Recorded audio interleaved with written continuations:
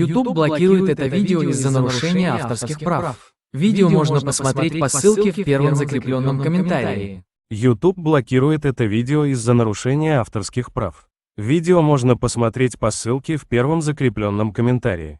Enfin la petite cabane aperçue auparavant, avec ses bouffées de fumée qui s'élevaient toujours dans le vent rude, nichée dans une clairière, avec les quelques forces qui me restaient, j'ai frappé à la porte aussi fort que possible et je me suis effondré dessus. Maintenant, qui pourrait, oh Harold, apporter de l'eau bouillante et des couverts tout de suite? Un couple âgé et gentil nous a accueillis. Ils étaient si aimables de nous permettre d'enlever nos vêtements gelés, de nous baigner dans l'eau qu'ils ont tirée pour nous et de nous asseoir près du feu avec une nouvelle paire de vêtements et leur offrant une soupe chaude et des couvertures pour nous envelopper. Nous nous sommes blottis ensemble dans la chaleur. Mes sentiments de colère et de frustration ont commencé à bouillir. Comment ont-ils pu faire ça? J'espère qu'ils viennent dehors. Il y a plus de gens dehors. Nous devons aller les chercher. Non, ne te dérange pas, c'est ma belle-mère et mon mari inutiles. Ils nous ont laissé là pour geler. Tu dis un mensonge. Pourquoi ferais-tu une chose aussi horrible? Je savais que Becky était toujours comme ça, mais Lucia, pas moyen qu'il nous ferait ça. Attends une seconde. Becky, ce nom me dit quelque chose. Est-ce la dame avec une fine silhouette, les lèvres pincées et sérieuses tout le temps? Porte-t-elle des lunettes pourpres et une taupe sur l'aide sa lèvre spéa? La même. Comment la connaissez-vous? Elle a l'habitude de parcourir ces régions, mais c'est bizarre de faire une telle chose pendant cette période où les tempêtes de neige sont abondantes. En fait, je ne l'ai jamais vue dans ces parages pendant cette période de l'année. Maintenant, chérie, s'il te plaît, dis-nous comment tu la connais. Je suis sa belle-fille. Nous sommes venus de Floride parce qu'elle n'avait jamais vu son petit-fils Freddy depuis sa naissance. Je voulais vraiment qu'ils se lient d'amitié et se connaissent, mais Anne semblait désintéressée, même après que nous soyons venus de si loin. Freddy était blotti contre moi, endormi dans mes bras, avec un sourire sur son visage. Dieu merci, il allait bien. Dieu merci, il était en sécurité. Comment son petit corps a survécu tout cela? Encore un mystère pour moi.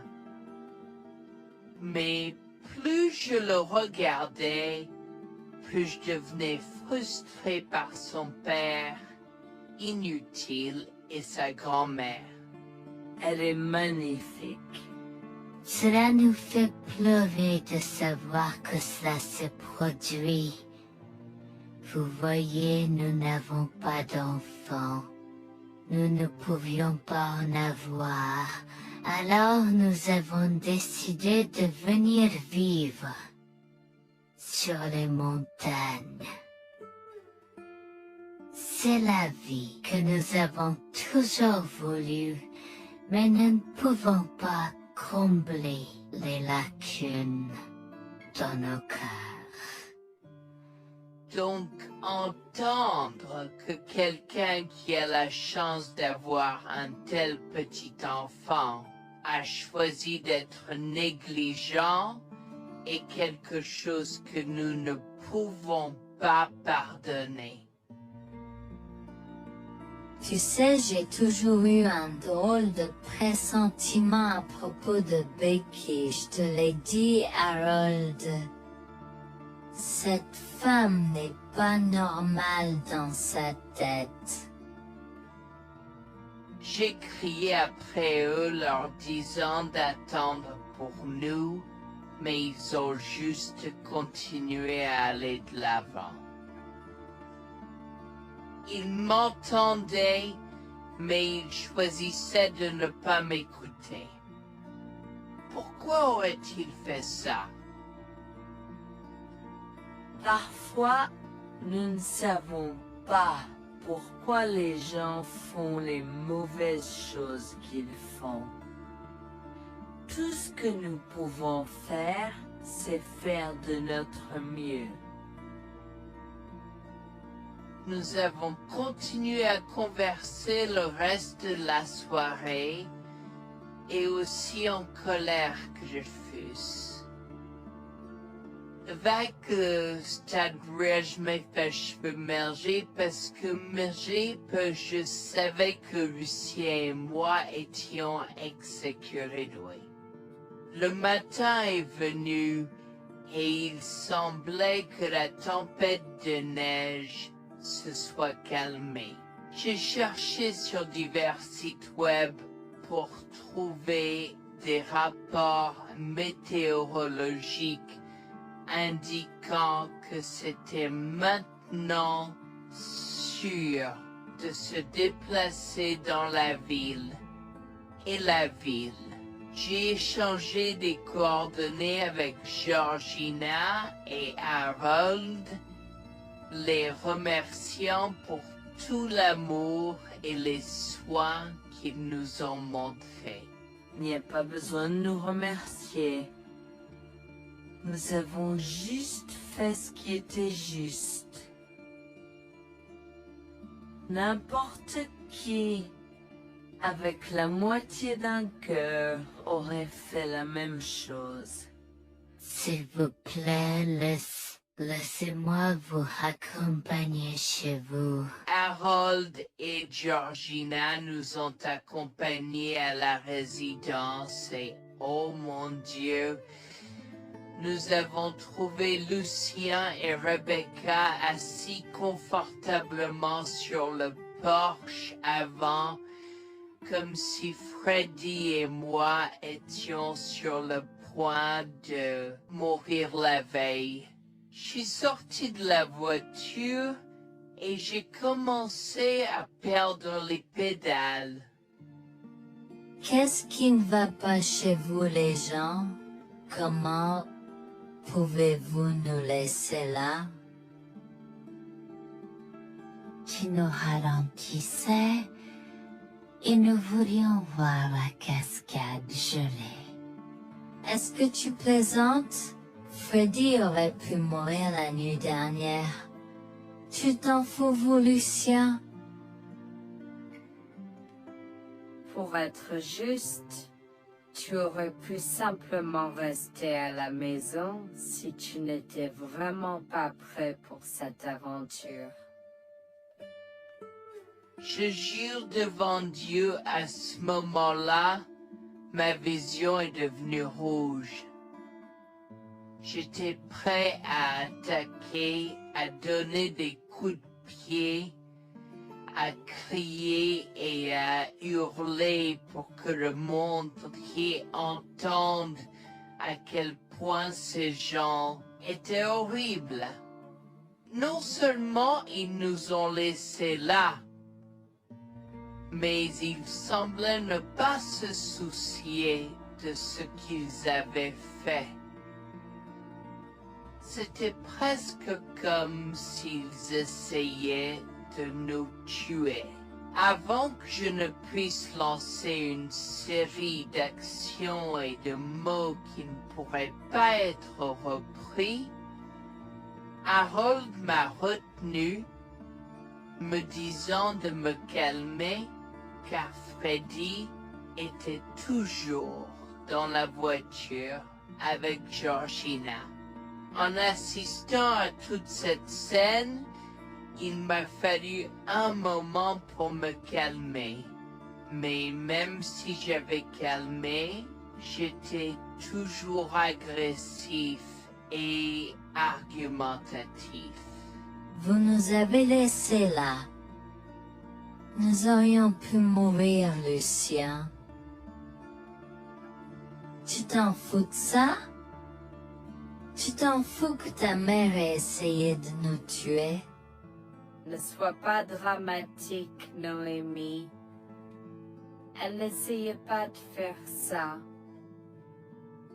Regarde, la raison pour laquelle nous ne sommes pas revenus te chercher est parce que nous savions que tu trouverais de l'aide et un abri. Je veux dire, tu as toi-même indiqué cette cabane, n'est-ce pas?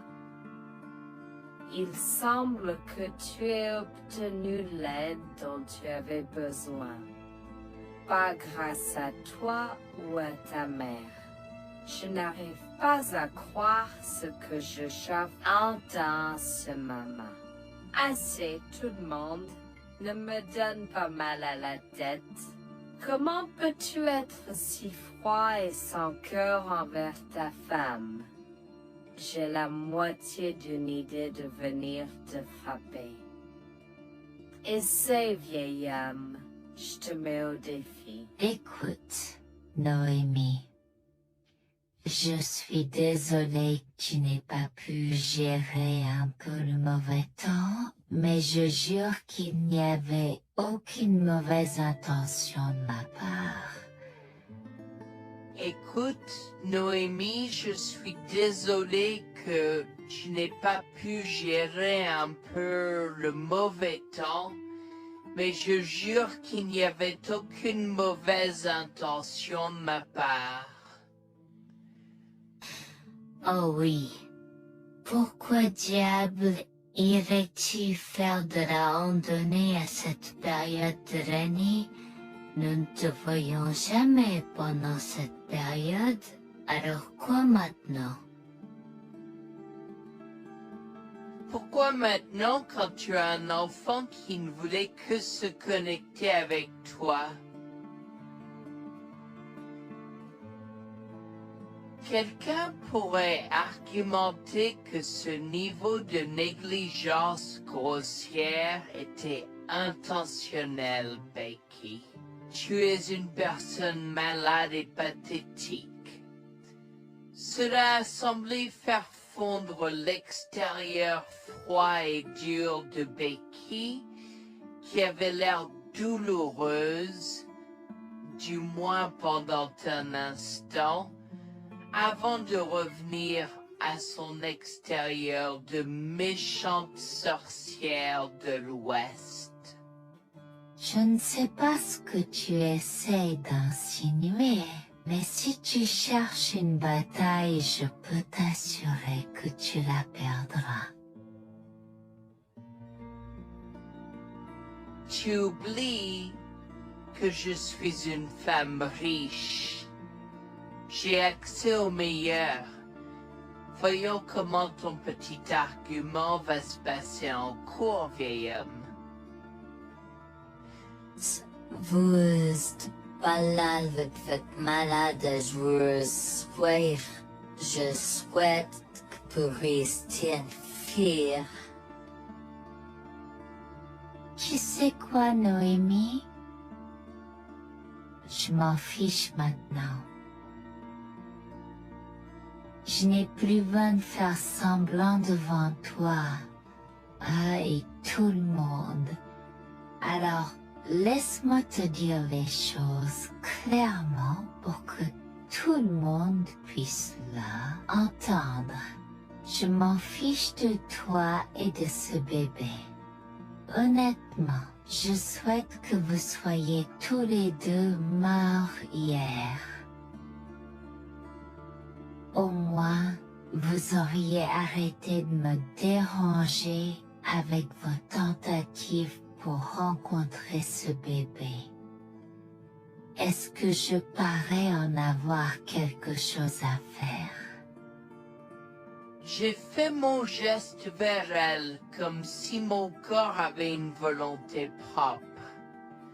Je me suis approché d'elle et l'ai giflée.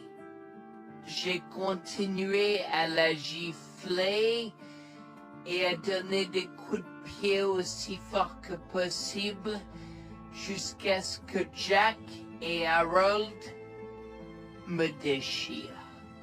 Tu m'as stoppé. Comment osais-je? Comment osez-vous vous asseoir là et défendre cette sorcière? Elle l'avait mérité. Toi, je vais te poursuivre en justice. Comment oses-tu me mettre les mains dessus? Elle ne voulait évidemment pas cela. Regardez, il semble que les tensions soient élevées en ce moment. Pourquoi ne pas tous prendre une grande respiration? Entrons et réglons cela. Vous êtes un homme faible et pathétique, et j'espère que vous passerez le reste de votre vie à expier ce que vous avez fait à votre fils. Avant que Jack ne puisse répondre, je lui ai craché au visage avant de rentrer à l'intérieur, de prendre Freddy et ses affaires, et de monter dans la voiture avec Georgina et Freddy. Maman, j'ai peur. Que se passe? Tu crois que tu combattu grand-mère? Chérie, je suis vraiment désolée que tu aies dû voir ça. Les choses sont beaucoup plus compliquées ici et je ne veux pas te mentir. Mais je crains que tu ne sois un peu trop jeune pour comprendre. Mais pour l'instant, je suis désolée de devoir te dire que pour l'instant, il semble que grand-mère et papa ne veulent pas de nous ici. Nous ne pouvons pas être ici parce que papa et grand-mère ne sont pas très gentils et je ne veux pas que tu sois autour de personnes qui ne sont pas gentilles. Mais Georgina et Harold sont gentils, n'est-ce pas? Oui, j'aime Georgina et Harold. Harold et Georgina peuvent-ils être mes grands-parents? Oh mon Dieu, mon petit enfant, tu me fais pleurer. Bien sûr, je peux être ta grand-mère. Oh mon Dieu, mon petit enfant, tu me fais pleurer. Bien sûr, je peux être ta grand-mère. Je serai toujours ton ami et je te promets de prendre soin de toi si tu as besoin de moi. Harold a pris la voiture et nous a emmenés à un hôtel où nous avons pu nous reposer et nous remettre de nos émotions, mais malheureusement tout l'événement était un peu trop difficile à gérer. J'avais très peur pour l'avenir Board of Dieu, tant Freddy que moi, car cela signifiait le divorce. J'avais peur, Bertie, qu'ils obtiennent la garde de Freddy. Décidé de parler au Giners et ses propos de la question une fois que Freddy s'était endormi. Que vais-je faire? Je vais aller en prison? Nonsense. Cette sorcière ne portera pas plainte. Et si elle ne faisait? Elle ne le fera pas, car nous avons des preuves de sa conspiration pour commettre un meurtre. Comment? Nous sommes toujours préparés, chérie. Nous avons secrètement enregistré toutes les preuves. Maintenant, vous pouvez emporter cet enregistrement avec vous et l'utiliser contre votre mari et belle-mère au tribunal. Vous êtes des anges déguisés. Comment avez-vous fait ça? Quand? Comment? Chut, mon enfant, ne t'inquiète pas de tout ça. Écoute simplement l'enregistrement audio. Nous avons écouté et effectivement toutes les preuves avaient été enregistrées, y compris la partie où j'ai attaqué physiquement sa mère. Maintenant, ils vont me faire pour coups et blessures. Oh mon Dieu, pourquoi je fais ça? Maintenant, Bonjour, je m'appelle Jeanne et j'ai 37 ans. Je rédige ceci parce que l'année dernière a été très difficile pour moi et mon mari Jules.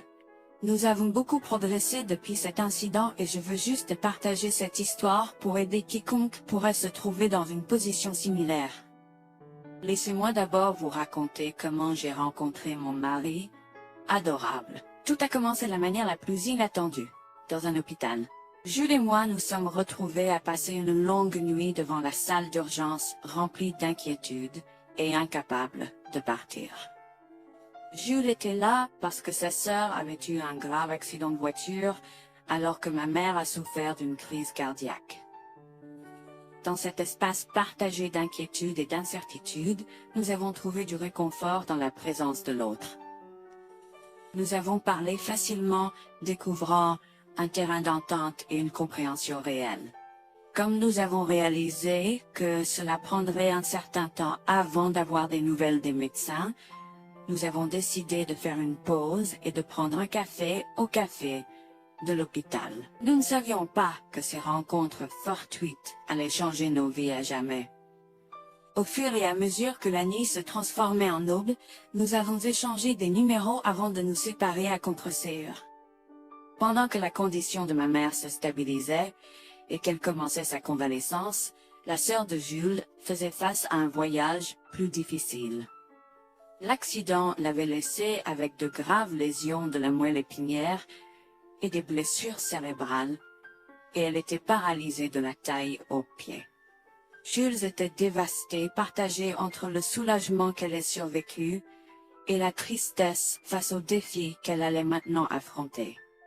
Au cours des mois suivants, Jules et moi sommes restés en contact, nous nous soutenons émotionnellement pendant les convalescences de nos proches. Nos conversations ont progressivement changé, nous permettant de partager nos espoirs, nos rêves et nos peurs. Dans l'un de ces échanges sincères, Jules a eu le courage de m'inviter à prendre un café, un rappel significatif de l'endroit où notre connexion avait d'abord fleuri. Notre amour a grandi rapidement, alimenté par la fondation que nous avons construite pendant nos moments les plus sombres. Waarvoor l'identité de l'autre et avoir un verdict. Cela n'a pas pris longtemps pour que nous réalisions que nous avions trouvé quelque chose de vraiment spécial. Après 2 ans de fréquentation, Jules m'a demandé en mariage. Avec une joie débordante, j'ai dit oui avec enthousiasme. Notre mariage était une petite et intime célébration, honorant l'amour qui est né de nos épreuves partagées. À ce moment-là, la sœur de Jules avait besoin de soins spécialisés, et il, étant le membre de la famille le plus proche, a pris la responsabilité. Cependant, il avait également besoin d'un travail temps plein pour gérer les factures qui s'accumulaient. Inquiète qu'il soit accablé, Jules a travaillé sans relâche pour subvenir aux besoins de sa sœur et de notre avenir ensemble. Un jour, je l'ai assis et l'ai rassuré en lui disant que nous étions une équipe faisant le défi de la vie ensemble. Chérie, j'ai besoin de te parler de quelque chose d'important. S'il te plaît, prends place. De quoi s'agit-il? Tu as l'air sérieuse, tout va bien? D'une certaine manière, non. Je t'ai vu lutter pendant un certain temps maintenant. Tu sais que tu peux me demander de l'aide, n'est-ce pas? Bien sûr que je le sais. Je ne veux juste pas t'imposer mes problèmes, tu sais. Mon chéri, nous sommes une équipe. Je veux que tu te souviennes toujours de ça. Nous faisons face aux défis de la vie ensemble et il n'y a rien d'individuel dans notre relation, seulement la nôtre. Je veux te soutenir, toi et ta sœur, de toutes les manières possibles. Cela signifie beaucoup pour moi, bébé. Tu as été incroyable tout au long de tout cela. Je ne sais pas ce que je ferais sans toi. C'est exactement pourquoi je voulais en parler. J'ai réfléchi à la prise en charge d'Abby et à l'impact que cela a sur ton travail. Et si nous envisageons de la placer dans une maison de retraite? Et avant que tu ne poses la question, je connais une bonne où ma grand-mère était vraiment heureuse. Elle a même préféré cela à vivre avec sa mère. Je ne sais pas, je veux dire, c'est une décision importante et risquée à prendre. Je comprends, mais réfléchis grec. Cela permettrait de te trouver un meilleur emploi payant pour que nous puissions nous assurer qu'Abby reçoit les soins qu'elle mérite. Nous pouvons la visiter régulièrement et être toujours là pour elle. Mais cela soulagerait une partie de la charge sur tes épaules. Tu as raison. C'est un choix difficile, mais je fais confiance à ton jugement. Je suis heureuse que tu me laisses enfin t'aider. Crois-moi, les choses sont plus faciles quand on peut partager ses fardeaux avec quelqu'un. Je veux dire, c'est comme ça que nous nous sommes trouvés, non? Comment pourrais-je jamais l'oublier? Je t'aime tellement. Merci de rester à mes côtés. Tais-toi, pas besoin de remerciements. Tu sais que je serai toujours là pour toi. Je t'aime aussi, chérie. Jax m'a fait confiance et nous avons trouvé une maison de retraite pour Abby.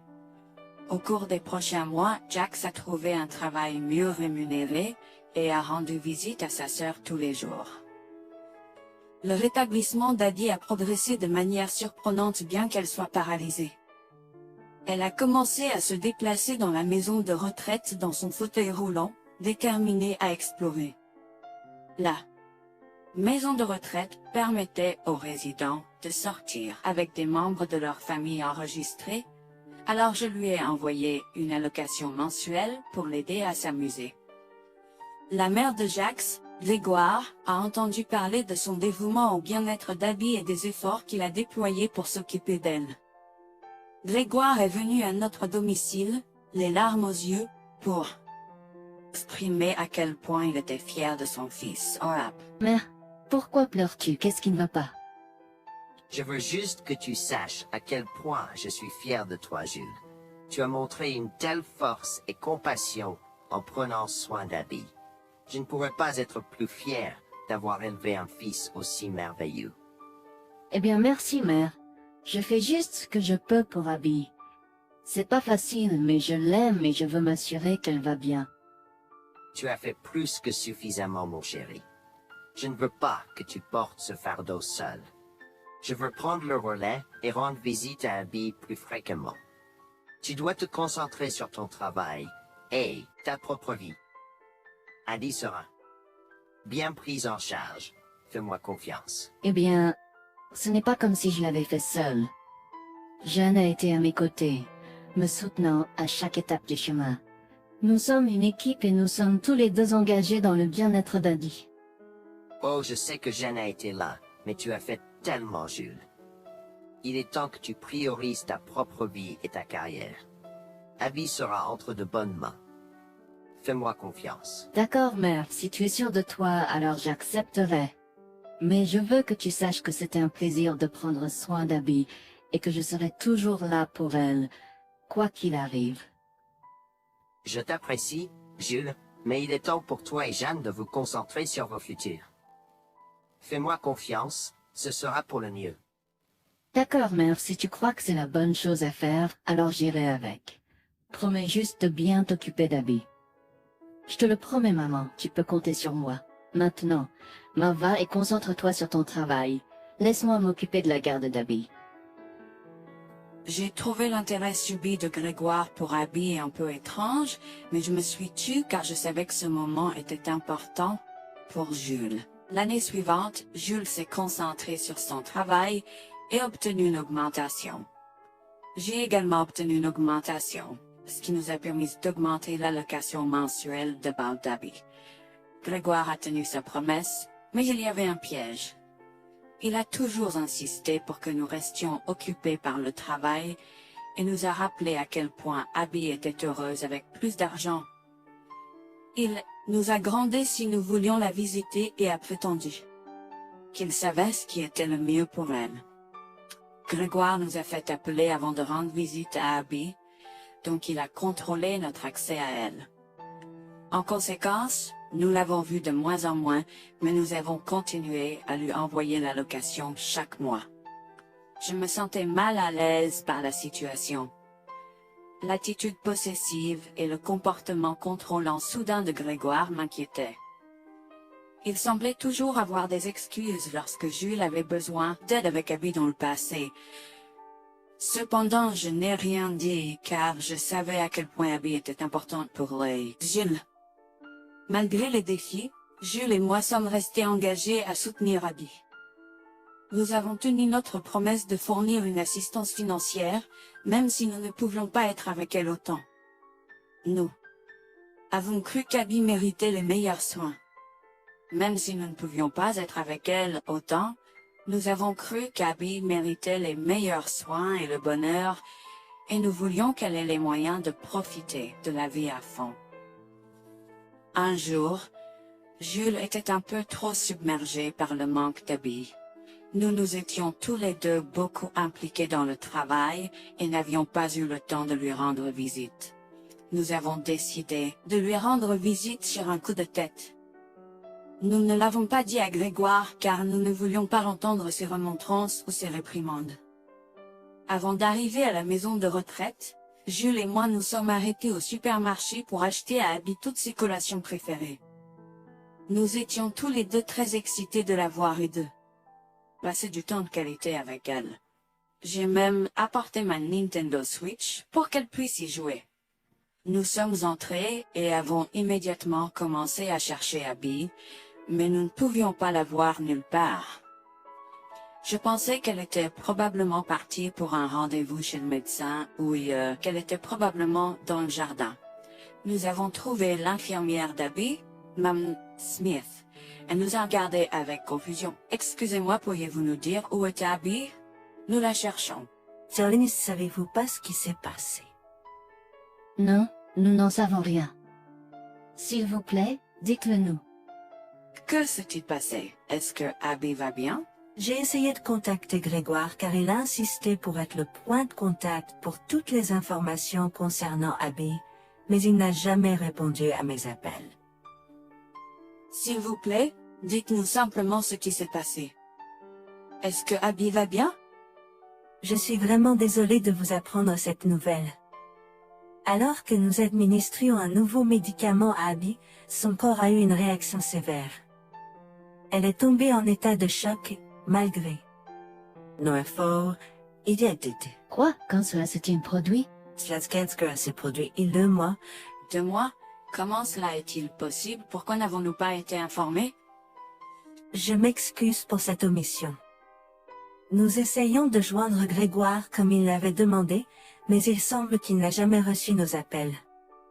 C'est incroyable. Nous aurions dû être au courant, nous aurions dû appeler Abby. Merci de nous l'avoir dit, Manager Smith. Nous aurons besoin de temps pour traiter cela. Pouvez-vous nous laisser un peu d'intimité? Bien sûr, prenez tout le temps dont vous avez besoin. Je serai là si vous avez des questions ou si vous avez besoin d'aide. Je suis vraiment désolée pour votre perte. Je pouvais sentir le monde de Jules s'effondrer et le mien aussi. Bien que Abby ne soit pas ma propre sœur, je la traitais comme telle. Je m'efforçais de la connaître. Au fil du temps, je suis absolument tombée amoureuse d'elle. Nous étions comme des sœurs. Abby a été si pleine de vie malgré sa situation. Jules était un désordre de larmes, pendant que je ne pouvais tout simplement pas me résoudre à pleurer. Je me sentais tellement engourdie. Je ne pouvais pas croire que Abby était partie. Je me sentais tellement coupable qu'elle ait souffert toute seule. Je me sentais tellement coupable de ne jamais avoir pris le temps de la rencontrer. Serait-ce différent si je l'avais visitée?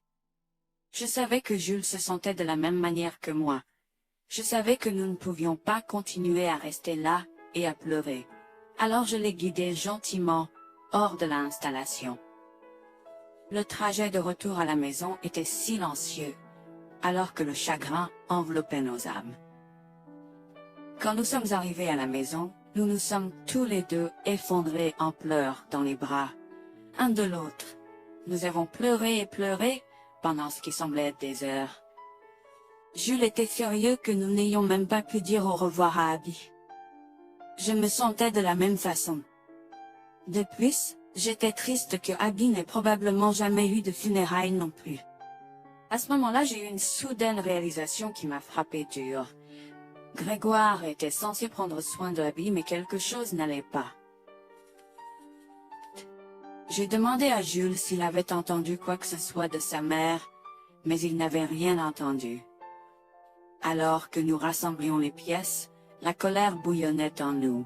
Nous avons réalisé à quel point Grégoire nous avait manipulés avec soin, nous volant notre connexion à Abby et profitant de notre gentillesse.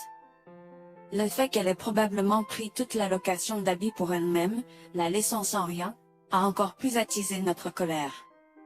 Jules était prêt à confronter sa mère, mais j'ai réussi à réfléchir plus clairement. Chérie, je sais que tu es furieux et veux confronter ta mère, mais réfléchis en grec. Je ne veux pas y réfléchir. Je veux lui demander pourquoi elle a fait ça. Qu'a-t-elle gagné à faire ça à Abby? Moi aussi, je veux savoir la même chose, mais tu sais qu'elle niera tout ce que nous disons ou trouvera un moyen de nous blâmer pour tout. Regarde, le jour où nous donnons habituellement l'allocation d'Abby approche bientôt. Que se passera-t-il si Grégoire se présente à notre porte en réclamant l'argent? Tu penses qu'elle oserait se montrer ici après tout ce qu'elle a fait? C'est possible, chérie. Si elle le fait, ce sera son aveu involontaire envers nous. Nous pourrons l'utiliser comme preuve. Oui, et puis, nous pourrons exposer ses méfaits maléfiques à tous. Exposer sa méchanceté devant tout le monde peut ne pas être la meilleure chose à faire pour l'instant. Réunissons des preuves et engageons une action en justice à la place. D'accord, tu as raison. Nous devons aborder cela de manière stratégique. Nous allons suivre ton plan et rassembler les preuves dont nous avons besoin. Il est temps que Grégoire fasse face aux conséquences de ses actes. Nous avons tous deux pris une semaine de congé. En retournant dans la maison de retraite, nous avons recueilli le certificat de décès d'Abby comme preuve. Nous avons également consulté un avocat pour porter plainte contre Grégoire pour avoir volé une personne handicapée. Comme je l'avais prévu, Grégoire est venu frapper à notre porte en réclamant l'allocation de sa fille. Où est l'allocation d'Abby? J'attends. Pourquoi devrions-nous envoyer l'argent d'Abby à toi, mère? Qu'as-tu fait pour elle? Qu'est-ce que j'ai fait? Tu veux dire ce que je n'ai pas fait pour cet enfant insolent? Attends une minute, Grégoire. Comment as-tu exactement pris soin d'Abby? Je lui achète toute la nourriture qu'elle veut. et je réponds à tous ses caprices. Je m'assure même qu'elle prend ses médicaments quand je la visite. C'est génial. Quand as-tu vu Abby pour la dernière fois? Je l'ai visitée hier. Je suis seulement ici parce qu'elle s'inquiète que tu ne lui aies pas envoyé son allocation. Comment oses-tu mentir à mon visage? Je ne mens pas. Qu'est-ce que tu veux dire? Comment oses-tu m'accuser de mentir? Tu es aussi ingrat qu'Abby. Sans hésiter, je tends à Grégoire le certificat de décès d'Abby, ma dégoût visible dans mes yeux, alors qu'elle le regarde avec stupeur. Grégoire a vacillé, tentant de s'excuser. Quoi? Non, ce n'est pas vrai. Ma petite fille,